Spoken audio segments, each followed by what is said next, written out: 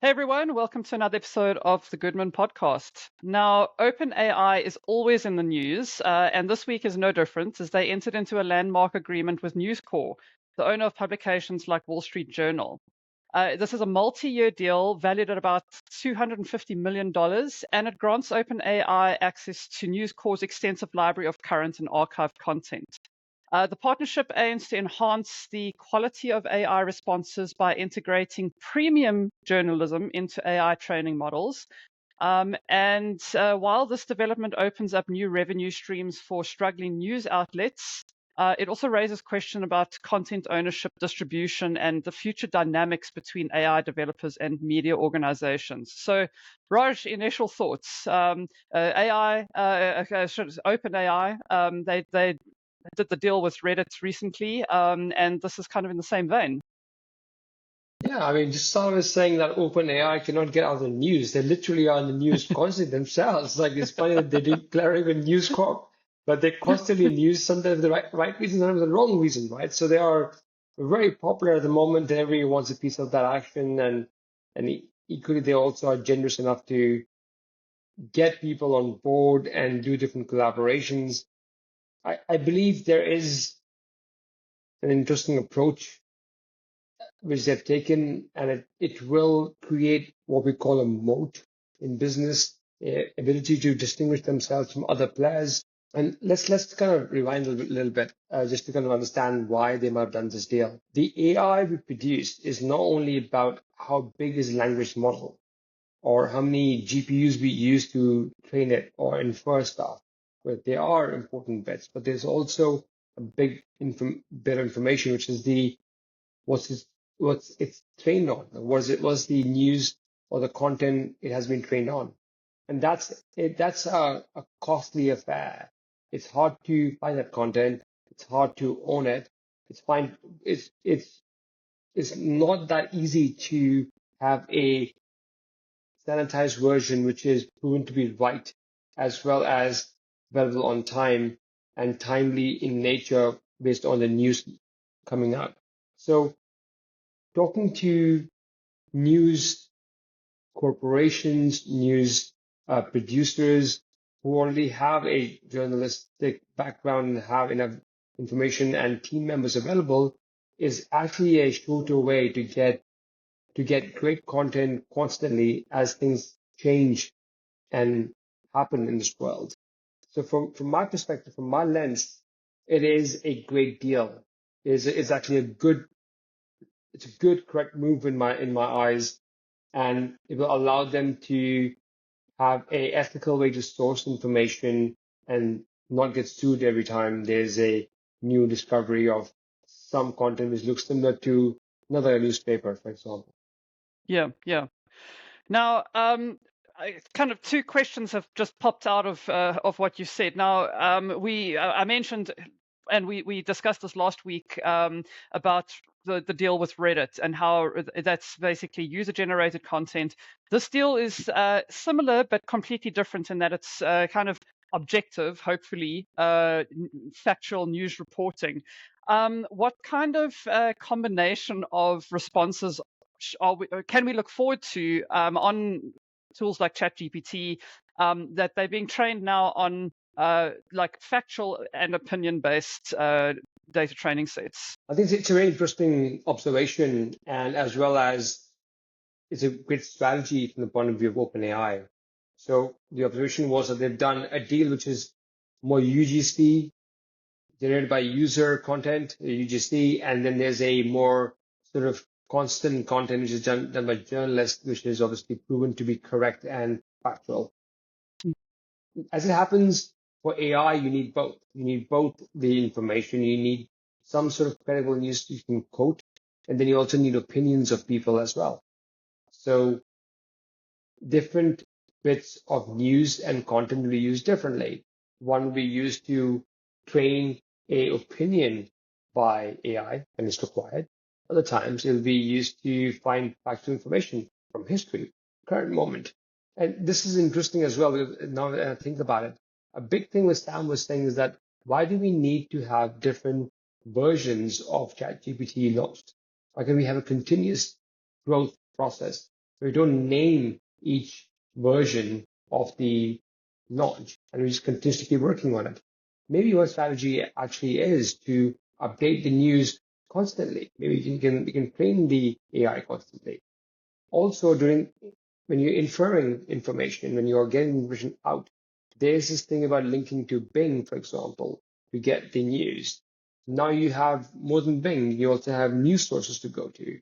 So it will hopefully bring in faster data, quicker responses from ChatGPT, and a different source as well to quote as you go. Because News Corp is not only in the US and the UK or Europe, it's across the world. They have multiple publication houses. So they will get great content in different languages, different sources, different perspectives from people they believe to be credible. Yeah, yeah. Now, you've kind of touched on it already in terms of some models being connected to Bing. There's obviously Perplexity, which kind of is connected to live internet search.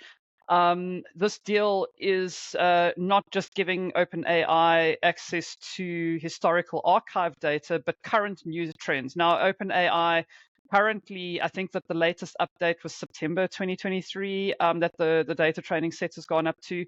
So we're still not connected necessarily to the live web. So how is this going to move OpenAI to a new space where they are actually integrated with live search? Are we going to see them competing with the likes of Perplexity for news generation and research purposes? Oh, they're already doing that. So they already are competing with Perplexity because there is a plugin which was initially a separate plugin. Now, because of the updates, ChatGPT 4 when it began onwards, it basically will select a plugin based on what's required by the user. So if you search for something which is like, for example, the live conversion of Bitcoin to USD, the Bitcoin's price right now, effectively you to find current information. And for that, it will go online and find the information for you.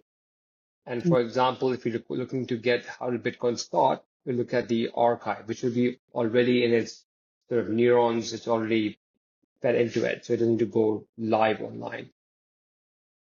In short, it's already competing with Perplexity. It is doing live search already, but Perplexity is also buying data and doing searches through third-party tools. This could give them a different approach because Perplexity, while they're buying data from different sources, when they do quote information, I don't know where is the ethical source of getting news. Now that they have a partnership, there will be a different level of integration possible, faster data, quicker responses, more in-depth analysis, stuff which is behind closed doors might be also available to OpenAI, which probably Perplexity doesn't have because that's only the online information. So actually, there's a lot for OpenAI to gain from this stuff, which is usually not made public or not available on search engines, for example. So that's really interesting. From News Corp perspective, I actually wonder if it's how good it is because once you feed the data into AI, you can't retract it. So the deal stops in 5 years' time or 3 years' time. You can't go back and say, give me back my data. It's already in the AI. So you learn from that. Maybe it can't quote it, but it still has that. So that could be part of the deal as well, that once you train using your data, your news, it can't be taken away from us. So it's a good deal, actually. It's in many ways it's building a much smarter inference tool using the News Corp deal. Yeah, yeah. Now, the partnership is going to bring in a lot of money for news companies, but there are worries about how it might affect who owns and controls the content. What do you think are the main benefits and challenges for AI companies and media organizations with these kind of agreements? You've obviously just touched on the ownership of the data once the deal expires. What other challenges do you think could crop up? Well, I mean, let's not mince up words when you say this, but news channels, news corporations are going through a very tough time. Given that people are, journalists are now, is the public. people are talking about stuff on Twitter. They have opinions, and that people trust that. We talked about how Twitter chose to, or X chose to summarize the comments of people or their thoughts as news. So everybody's a journalist today. Everybody has some thoughts to say, and they have a platform to go and express themselves. So that really hurts the single source of truth in the past was newspapers, radios, televisions, the ads which we could place there. Now that's distributed across different networks like Facebook, X, YouTube, you name it. So their revenues are definitely dwindling. This is an opportunity for them to recoup their lost revenue in the form of a multi-year deal, which makes them find a new purpose for themselves, a new angle to approach them or look at them, for instance. Very interesting. But it doesn't come without any, it does come with some challenges. One, as I mentioned before, you can't undo the content which you've learned or you train AI on. Number two, I wonder if one news corporation or one news company can be replaced with someone else, for example. So could you just tomorrow, if you have as big a news company, could you use someone else instead of them? So could this be a deal where you keep changing? I feel probably not. If you have a relationship with somebody, you'll want to keep getting the information. But then could they haggle on pricing later because they only have the last 5 years and the ones before in the archive as well? They already gained that. Can the news source be less valuable if it's only current information? So this is in any way a dwindling source of income or revenue. It's not the same as it used to be tens of hundreds of years back, for example. These sources had a lot more leverage. Today, revenues are dwindling, and they have to find a different source of revenue. This is a fairly good one. I would say also, as OpenAI and AI jump into different geographies, they will need more diverse information. And it's a responsibility of these news sites to have more diverse opinions, have diverse languages and cultures as part of it. And that will be an important part of what OpenAI will ask them for, because they will not want biases. And it's not a sort of unknown thing that many news corporations have biases in their journalism practices. Do you think that just listening to what you've said now, we're kind of going to look at moving towards a more objective reporting system? Because if we're looking at multiple news sources, are we going to get to a system where you are able to query OpenAI or ChatGPT and you're going to get a truly objective piece of factual news? Because obviously now anything that is written by a journalist is going to, as objective as journalists try to be, there is going to be a kind of bias, an inbuilt bias, even if it's unconscious, in that news report. And I think maybe a well-known example is with the US elections when Trump was voted in, and it was the biggest inauguration, but the pictures showed differently. But the news reports were saying that it was the most well attended. So you've got your news and your facts and alternative facts, if you will. Are we going to get to a stage where AI is able to determine through aggregation that this is the actual truth and nothing but the truth? Great question, Megan. The answer is not that simple, as always. I would say a big part is how much different opinions it can get. And also if it can point out, which I believe it can, if it's biased or unbiased, opinion in general. Say, for example, a particular news source is more Republican versus more Democrat, for example. So then it can gauge that as a bit of news. I believe there is a way to filter it out, but to be really unbiased is also not interesting, if I'm being honest with you, because at the end of the day, we as people like to read news because we believe in a particular source. We feel like this resonates with our personality, our belief, our thinking. so will always have biased news, and we will always have an angle the journalist takes, and that what makes us human in many ways, and that being consumed by us makes us also who we are as people. I mean, as just a simple example, as kids, looking at my daughter, for example, she loves to sort of see Disney cartoons, for example. But my reality as a father now is a little different. I still like Disney cartoons, but not as much as the way she likes it, for example. And I think as my world changes and as I see different things and I learn and I grow, I have different opinions being formed and I consume information based on what is my new passion and belief system. So I think in many ways it actually helps to have different biases, and the AI's job to figure that out and hopefully point them out to us because it knows the source and it knows the source's bias. But for that to happen, they need to have different sources, and that's why these deals are happening. At the end of the day, if they have enough content from different sources, they will be able to understand and dissect which news source has which kind of bias, and then hopefully be able to give a fairer approach to news.